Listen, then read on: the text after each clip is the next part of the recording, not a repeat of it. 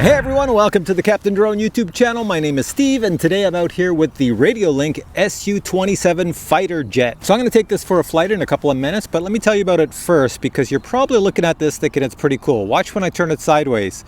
It's pretty thin. It's a foam plane. Now this plane has been on the market for several months and I received this several months ago, but I've been too busy to review it, so I'm out here today to take it for a flight. Let me tell you about it super quick. Right on the nose you have a hard piece of plastic in case you thunder into the ground. It won't break. Speaking of it not breaking, Radiolink says you cannot destroy this. Look, I'm bending the wings all over the place. You can't destroy it because it's made out of a certain type of foam that won't break into pieces. Not only that, if I flip it over, maybe you'll see it even better. Each of the wings has a carbon fiber rod going through the wings, and that's even present in the vertical stabilizers as well as the elevators in the rear. So it's pretty strong. It does fly on a 2S LiPo battery, and you get 2 in the kit. I believe every kit comes with 2, so you have lots of flight time. Each battery will give you about 9 to 10 minutes of flight time. Looking down the nose of our plane, I see a 15 amp ESC, and on the 15 amp ESC it says it accepts 2S power all the way up to 4S power. Now I would not run this plane on 4S because you might burn out the motor. It's got to spin really quick, but you might be able to run it on 3S, and if I get a chance I'll try it in this video. And looking at the opposite side of the plane, I see the receiver, and the receiver is an 8-channel receiver, and it's not a cheapy receiver. It's actually quite good, and they actually give you a good radio. Not a cheapy radio, a pretty good one. Do you know what the range is? Just try to guess what the range is from this radio all the way to the receiver on this plane.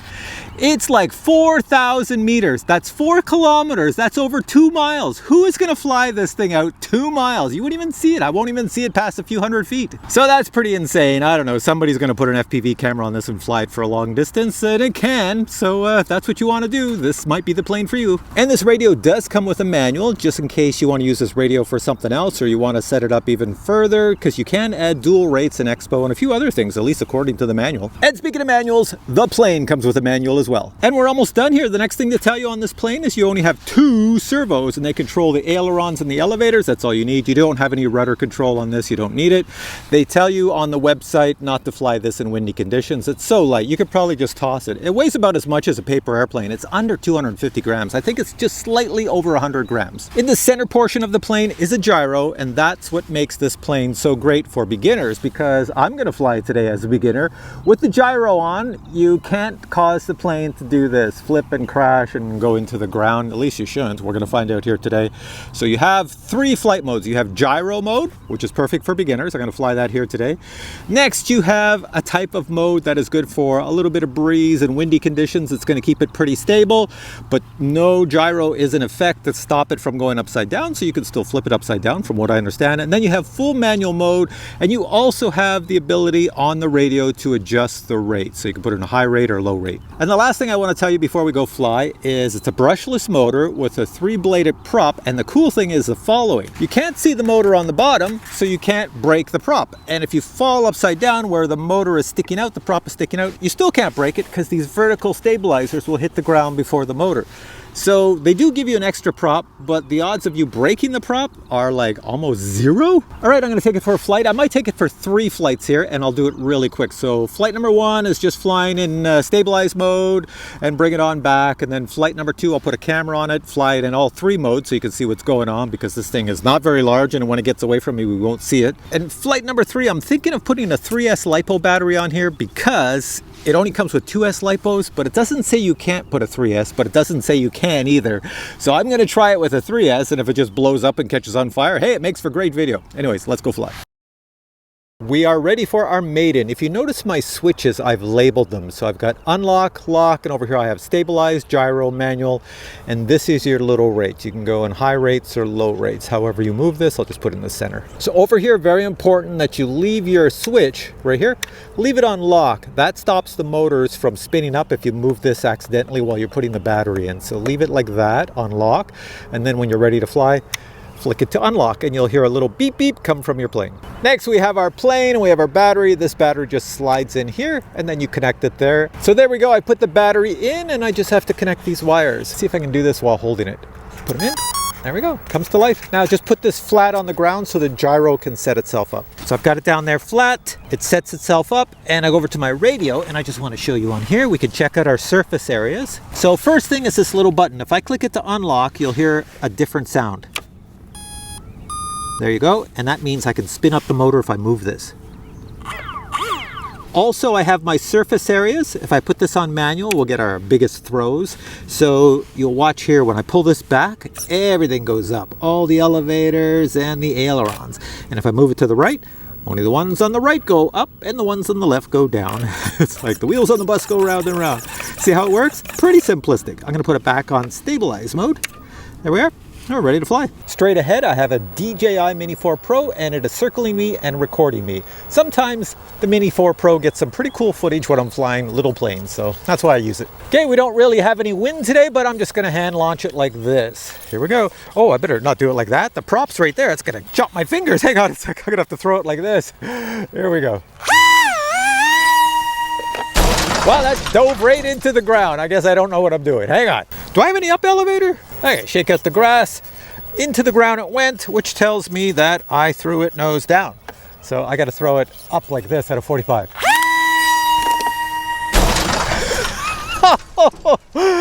Well, we know the nose does its job. This could be the funniest flight.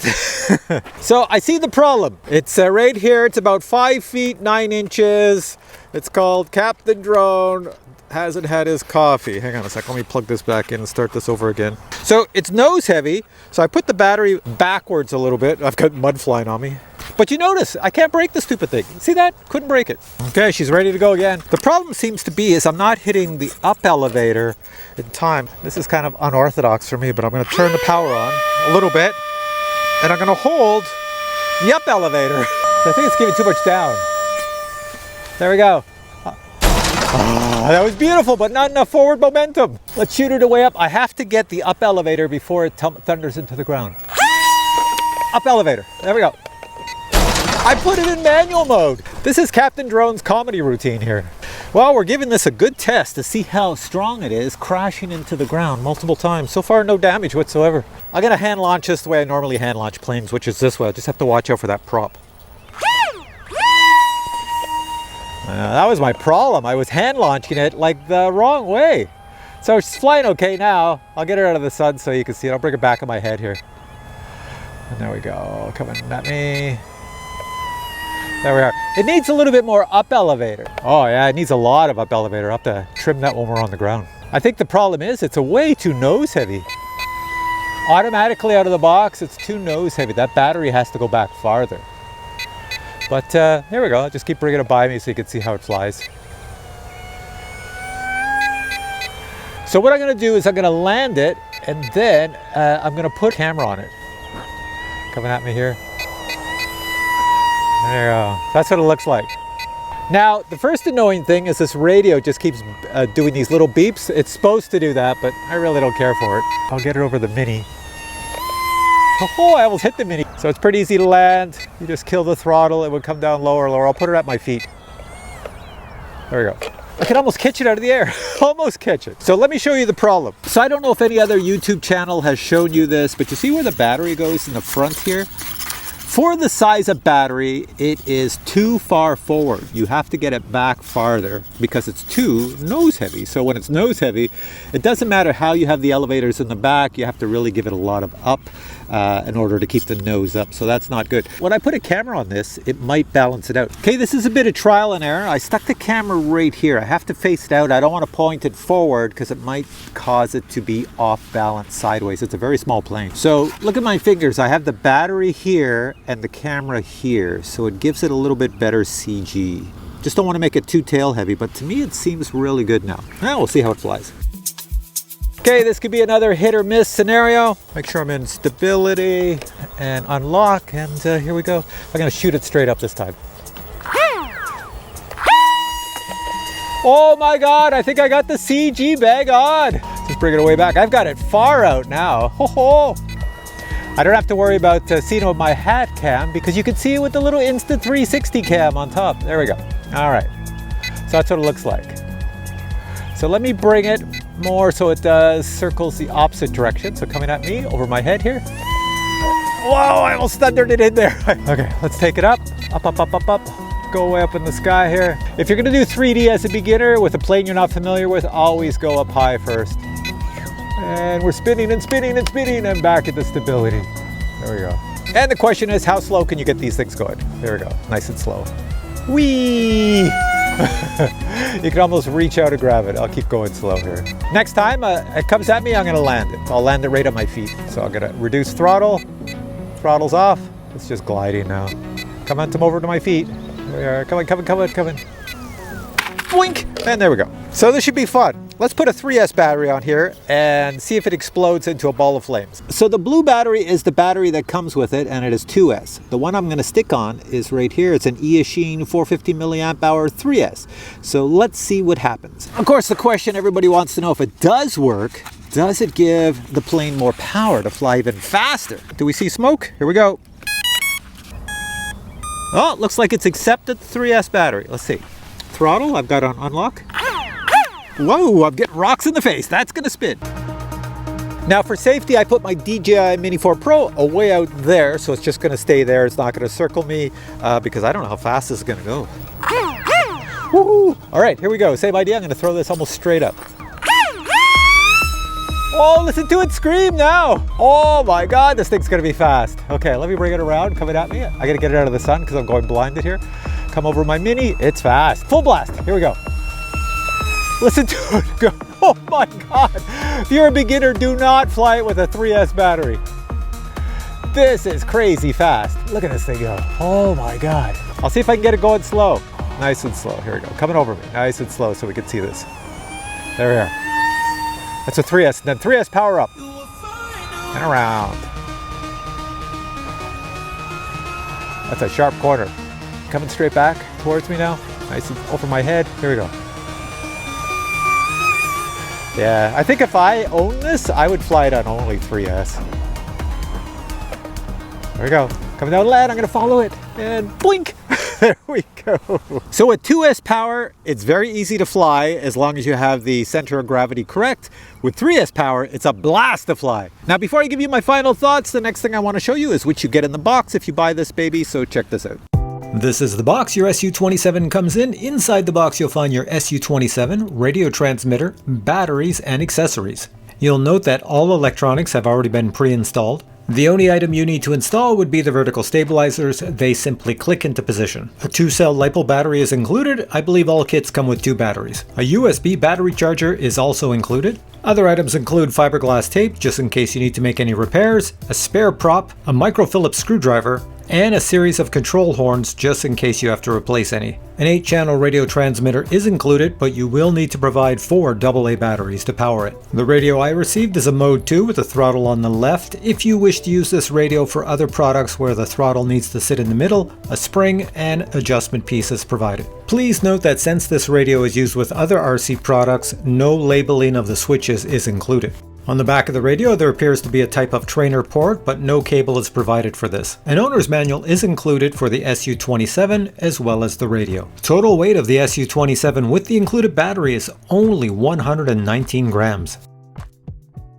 All right, you're back to me and I'll give you my final thoughts. Let's start off with the radio. The radio is really good. The joysticks feel good in the hands. I'm used to radios of this size, so it feels really good, especially with the batteries. Nice weight all around. The only thing I would suggest for a beginner, and I should have did it for myself, is wear a lanyard, like put that lanyard around your neck and then hook it here on the lanyard hook. That way, when you launch the plane, the radio is sitting right there in front of you and you can grab the joysticks and fly it. Not like me where I had to hold this in one hand sideways, bring it back around, try to find the joystick for the elevator. Now onto the plane. The plane is actually pretty decent. I thundered into the ground several times and there's utterly no damage, but it looks like it needs a wash on the bottom. It's a little dirty. What did I learn from this experience? Well, I learned that in the manual that comes with this plane, there is no mention of the CG, center of gravity. You need to know that to fly a plane when you put your battery on. Do I push my battery forward to the center or all the way back? They don't tell you that in the instructions. Well, I'm telling you now, push it all the way back and you'll be okay. Next thing, when you hand launch this, a lot of beginners are going to want to do like I did at first. It's not very good because of the weight. It's going to go into the ground. You have to like hold it here on the nose and just throw it almost, not straight up, but at like a 45 or 50 degree, just throw it up. It will sort itself out and you'll be okay. Speed-wise, on a 2S, it's pretty decent. A beginner could get this going really slow on a 2S. But as soon as you want to have a blast of a time, put it on a 3S and just go bananas. It's so fast. It's really good. As for flight modes, I only tried out 2 in this video, which was stability and manual. The gyro I didn't bother with because the gyro is sort of like manual, but with some assistance. But if you just put it in full manual, you can do flips and rolls and all this stuff that people like to do when they're flying planes. Just make sure you're high up in the sky. And if you do fly in manual, it's very easy with your fingers on the joysticks. You can reach this switch very easy. You can flick it up and flick it down while you're flying the plane. It's very simple to do. So you can go in manual and go, oh my God, I'm out of control. Then back at the stability and then you have full control again. And now we've come to the point in the video where a lot of viewers always say, Steve, you have to mention something negative about every product you touch. So I'll mention something negative.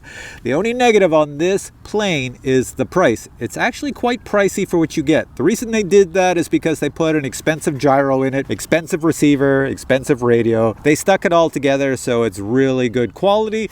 But the plane is just a little thin foam plane. It looks like a $2 plane, but you can't damage the foam, so I guess that's the good thing. And it does have a brushless motor, so I'll give it that. And the brushless motor is well protected. You're not going to damage anything. And I did thunder it in at least 3 or 4 times here, and you saw there's 0 damage on this thing. It looks just like when I took it out of the box, except for all the dirt. So it's up to you to decide if it's overpriced. I'm going to put links below. You can go check it out, and you can see what the price is for your country. Every country is different, so don't ask me what the price is because it won't be the same for your country if I put the price up here what it is for my country. And I believe you can even buy this on Amazon too, I'm pretty sure. So links are below. Go check it out and see if this is for you. If you get it on Amazon and you don't like it, you can probably return it. So with all that said, if you have questions on this plane, post them below and I'll get back to you. If you enjoyed this video, please give it a thumbs up and I'll catch you in a future video with many more cool reviews. Until then, I say bye.